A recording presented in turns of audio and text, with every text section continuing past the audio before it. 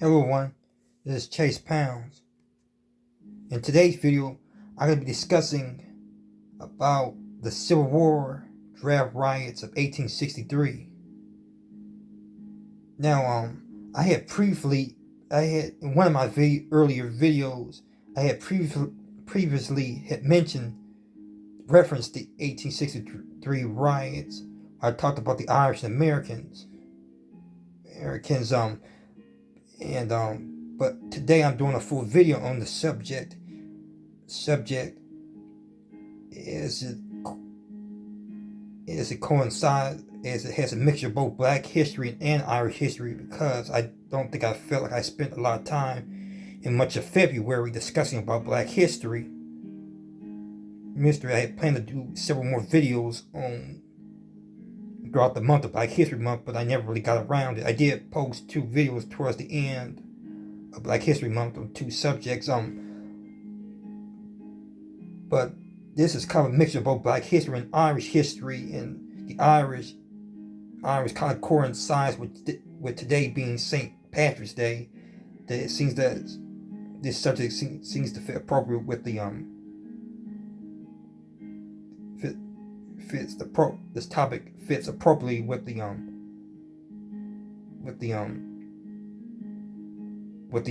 festive day. But the Civil War draft riots, for the most part, is kind of a little unknown event in history. There are events in history, just kind of like with the Tulsa massacre. I think even that's lesser known than this. But I first heard about the 1863 New York draft riots after watching I kind of think when I was in high school, I had heard about this massacre when I was learning about the Tulsa massacre and other such massacres in Rosewood. When I was my junior year of high school. But I learned more about it in 2021. Recently in 2021, I was watching a documentary in December about the 1863 draft riots in my favorite documentary series, In Search of Histories. I ended up rewatching the documentary again to kind of refresh up my knowledge of this subject. And the series of events that led to the 1863 draft riots we have to begin with as New York City itself was becoming a major metropolitan bustling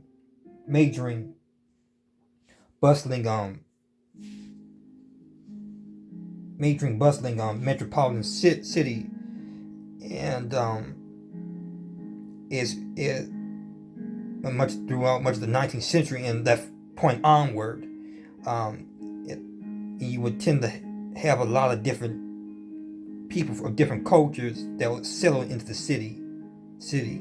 Most prevalent ethnic group to settle in the city, to immigrate to the United States at this time period were the Irish immigrants. Many these Irish immigrants came mainly due to tensions in Ireland over political affairs, as well as most people know that they also came partly because of the potato famine, but it was mainly because of political issues over in Ireland with the British and trying to get away from dominant British control. Many came to the United States mainly for a better life and better job opportunities as well. Yet unfortunately, they were met with discrimination and persecution in the United States, as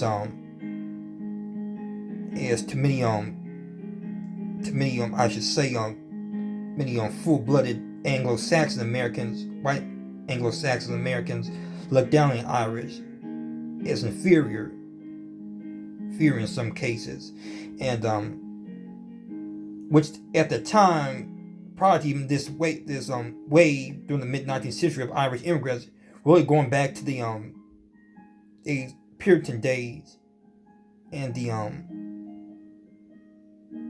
era of the Revolution, early 1700s, you had Irish people already settling in this country, but many of these already established Irish immigrants decided to difference themselves from the new arriving immigrants that came. Many called themselves Scottish Irish, unified with to distinguish themselves between the other Irish. But many of these Irish immigrants were often met with many signs in New York City saying any for many Irish may not, there's no need to, any Irish no need to apply, were met with signs denying them access to jobs.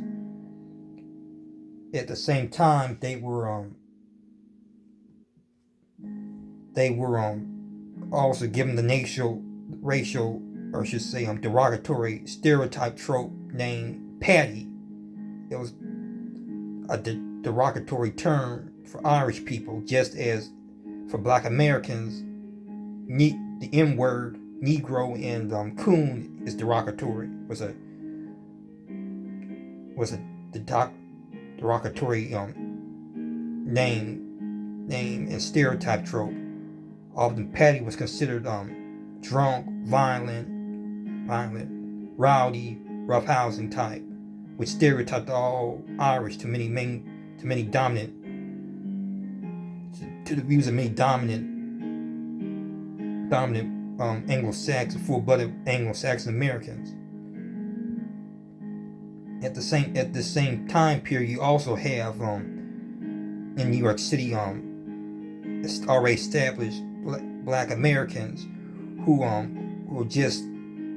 many are now were newly free, or just now been newly freed slave, I should say, or are now considered free after in 1821. After 1827, New York City becomes one of the last few states in the North to abolish slavery. Despite this, many Black Americans in New York are still looked down upon as lower class citizens.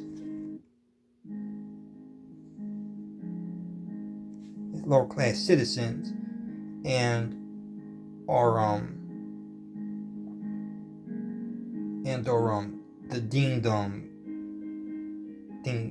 deemed second class citizens, and shouldn't even have the right to even compete with white Americans. And to the Irish especially, they were deemed just as inferior, even though they were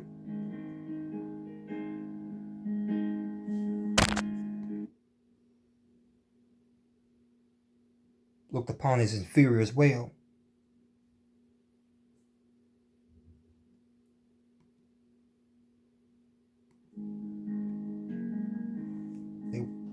They were looked on as inferior as well. But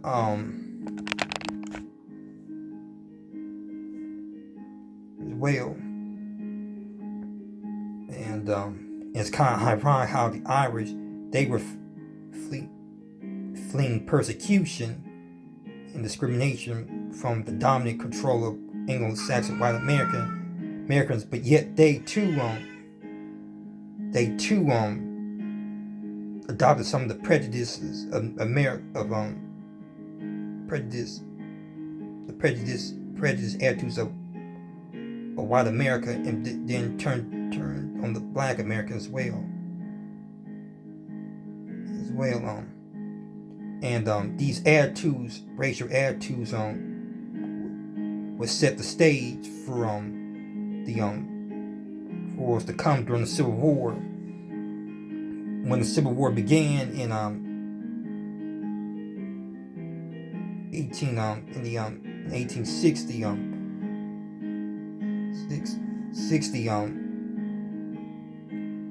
many of they had few men to enlist during the war, as for the most part, and it was the first time during the Civil War that their draft would be established. First time be ordered, and it was under the administration of President Abraham Lincoln that order a draft for anyone that was under anyone that was between the ages of 21 and 31 to be drafted and enlist in the Union Army. It was also stated that anyone who wasn't married, who was between 30 and 40, could also enlist as well. But this new draft order would discriminately target only mostly apply to low working class Americans in the city of New York, which much of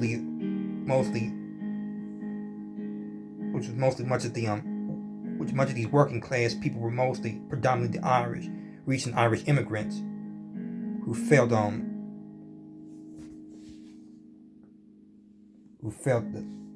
that they were being singled out in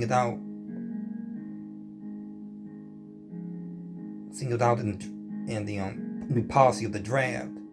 Yet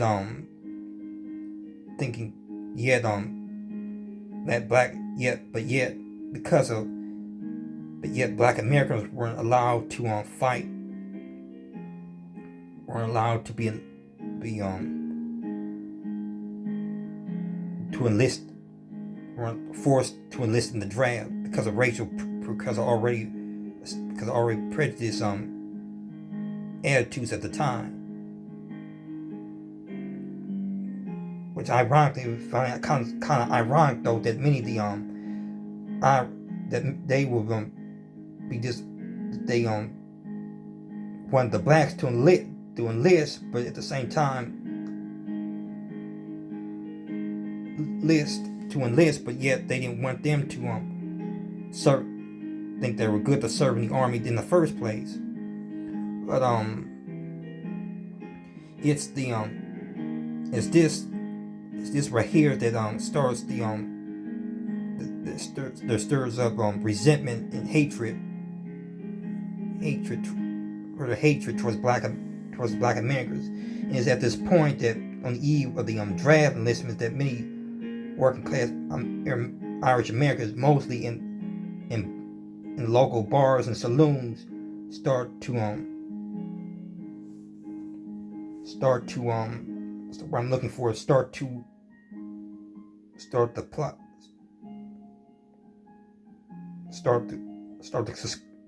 conspire to revolt against the system.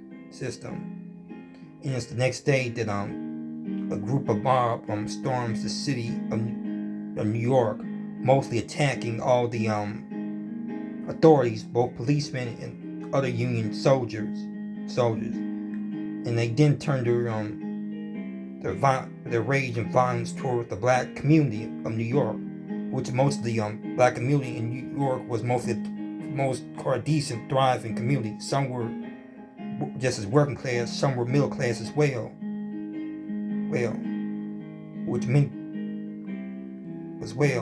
And many of the Irish immigrants attacked these neighborhoods, mostly black neighborhoods,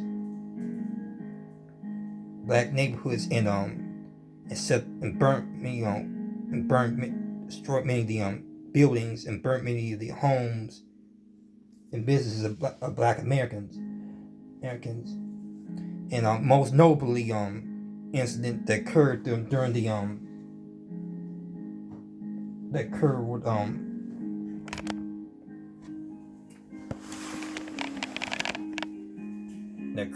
was the orphanage that was burned down. That was burned down by this mob. They burned everybody that was in it, both men, women, and children, as well as confiscating, looting furniture, items, other sorts. No one was spared. Both men, women, and children were killed.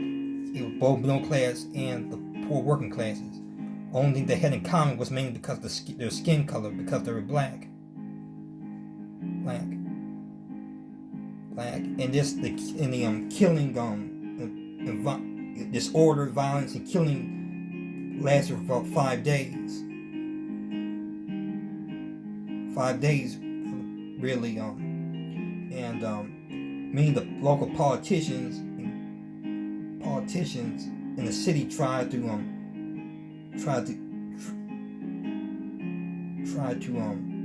appease the rioters, as well as tried to persuade many of the rioters to tone down the try to break up the riot, the violence, but Tourneurville killing continued for 5 days, and not only Black Americans, but also just any people that were of high authority to them were targeted and met with violence, such as other rich politicians, policemen, other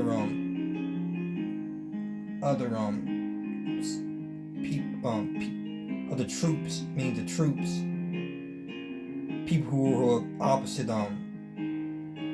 political parties. At the time, many of these parties were switched compared to today. Today, we think of Democrats as being mostly liberal,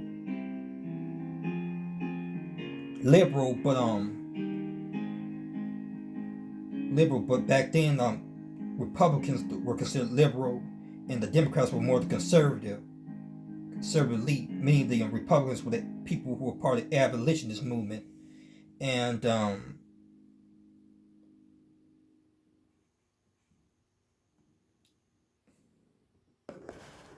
that's what movement. And those were the people that fell victim to the riots, and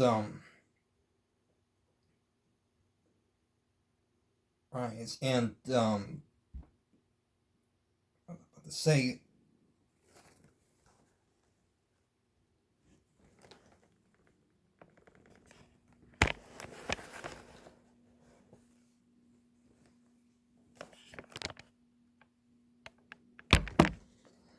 and many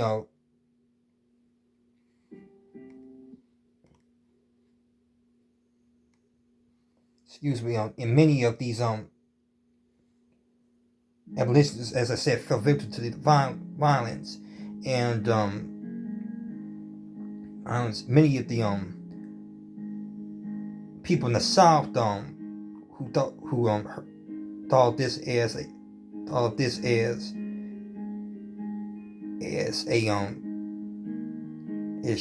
a negative look on the North, as being just as violent and aggressive if they were, and they were hypocrites of their concepts of liberalism and freedom, and it's also been said over the years, and it's proven to be false, that many of the some people of the Confederacy, it came to New York to stir up to arouse or stir up trouble that led to the riots, which is not the case. There was no reports of anyone from the Confederacy or from the South that came to instigate any such violence. It was mostly just people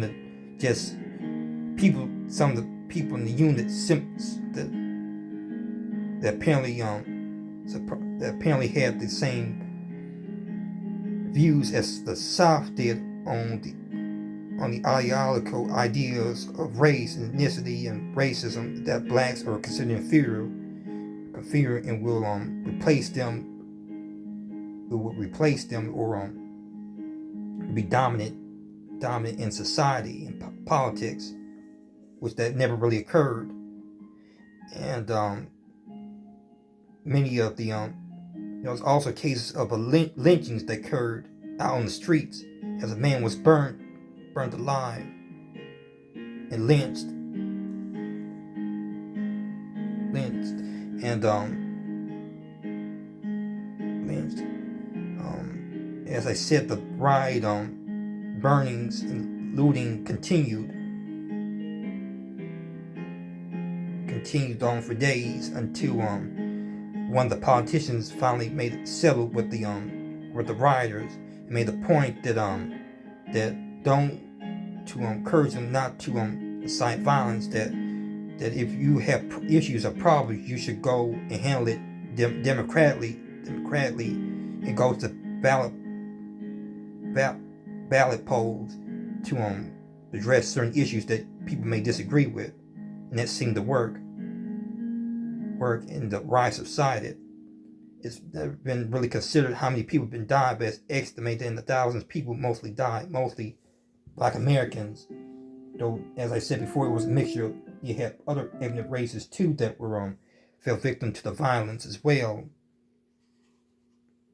And actually, not just in New York, there were several massacres, but also in other parts of the North, such as Ohio, Boston, had their own massacres at the same time.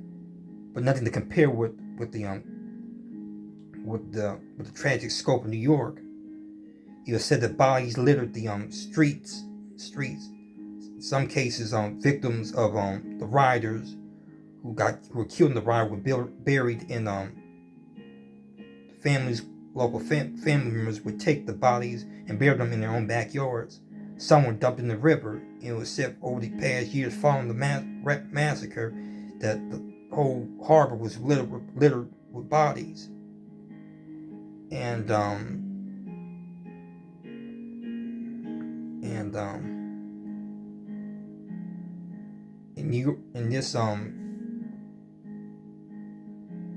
this kind of changed the concept of New York, or for many Black Americans.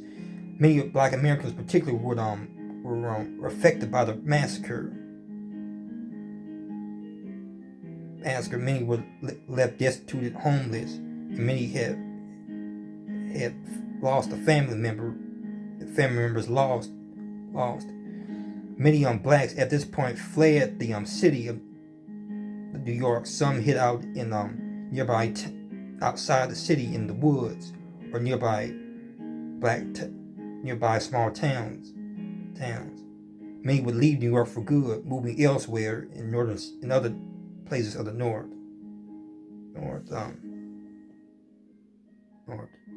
And this wouldn't though yet one thing that wouldn't change was is the racial attitudes of Black Americans. And this made a show that the North could be just as violent and dangerous as the South. As many people usually think that the South was more racist and more violent than the North, and that wasn't really so much the case. You actually had more race riots that broke out in the North. From this point on, even after slavery reconstructions, you have several more deadly urban race riots, not just in New York, but in other places outside of New York, such as Chicago, Detroit, Philadelphia, as well as out west in California. But this really says something about New York, particularly that even though it was part of the Union, yet some things about New York were pro-slavery, such as I said before, New York was the last state of the Union to free its slaves, while other states in the North, such as Philadelphia, Ohio, were already freeing its slaves since the signing of the Constitution, and it was just as much involved in the slave trade as it became the city that manufactured many of the materials to make cotton with, for fabric and textiles. There was many sweatshop factories, and many of the cotton was imported from New York or by New York ships. So it was just as involved in the slave trade. And yet the fears of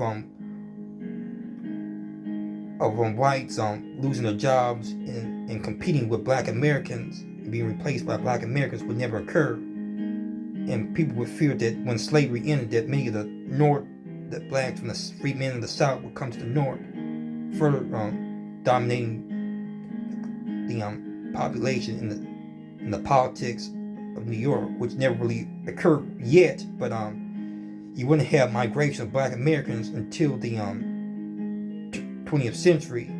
As I mentioned before in my video on the Great Migration, didn't occur until the First and Second World Wars.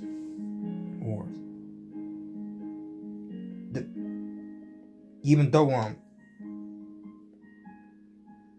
the aftermath of the legacy of the Civil War draft riots would have a lingering effect on New York, as since after learning from the draft riots, many New York would many buildings of New York would have at the rooftops skylights and rooftops like a fortress to ward all mobs of people and rioters that were bound to stir in case of looming riots that occurred. They had like a cupola in the tower where they had like ammunition that would be pointed down below and shoot at any suspected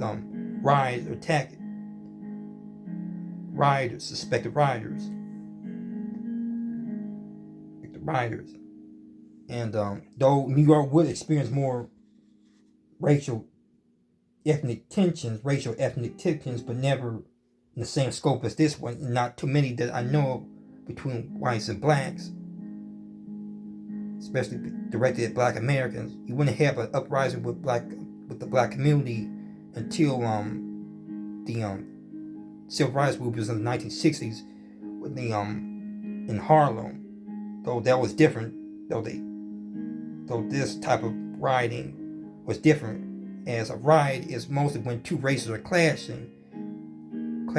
This would technically be considered a massacre. 1863, what occurred in 1863 would be considered a massacre, just as with the Tulsa massacre, as whites came in and attacked the black community, not the other way around.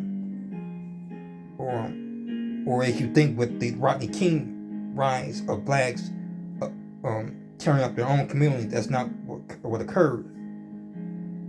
And as for when it came to drafts and enlistments, World War I, World War II, there was saw no incidences of uprisings and unrest and violence. When it came to enlisting, as many were encouraged to enlist, and many agreed with with serving their country.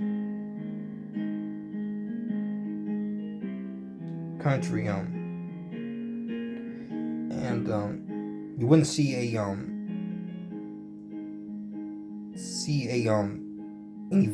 you wouldn't see a similar incident like this until Vietnam. Most famous with the Vietnam War, that you would see people protesting over draftings. And by the way, even though the 1863 draft was supposed to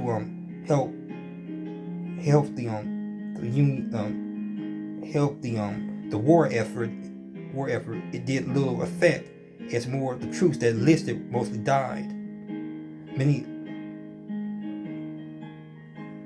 and blacks were also given the chance to serve in the draft as well. One of the people that served in the draft was had a nephew that died, was one of the victims that died in the original 1863 massacre, that was lynched. And that's all I had to say on this subject. Feel free to comment on the subject. As I said, it's a mostly not very known incident. in American history. This is an interview by Chase Pounds. Stay tuned for my next video, and happy St. Patrick's Day.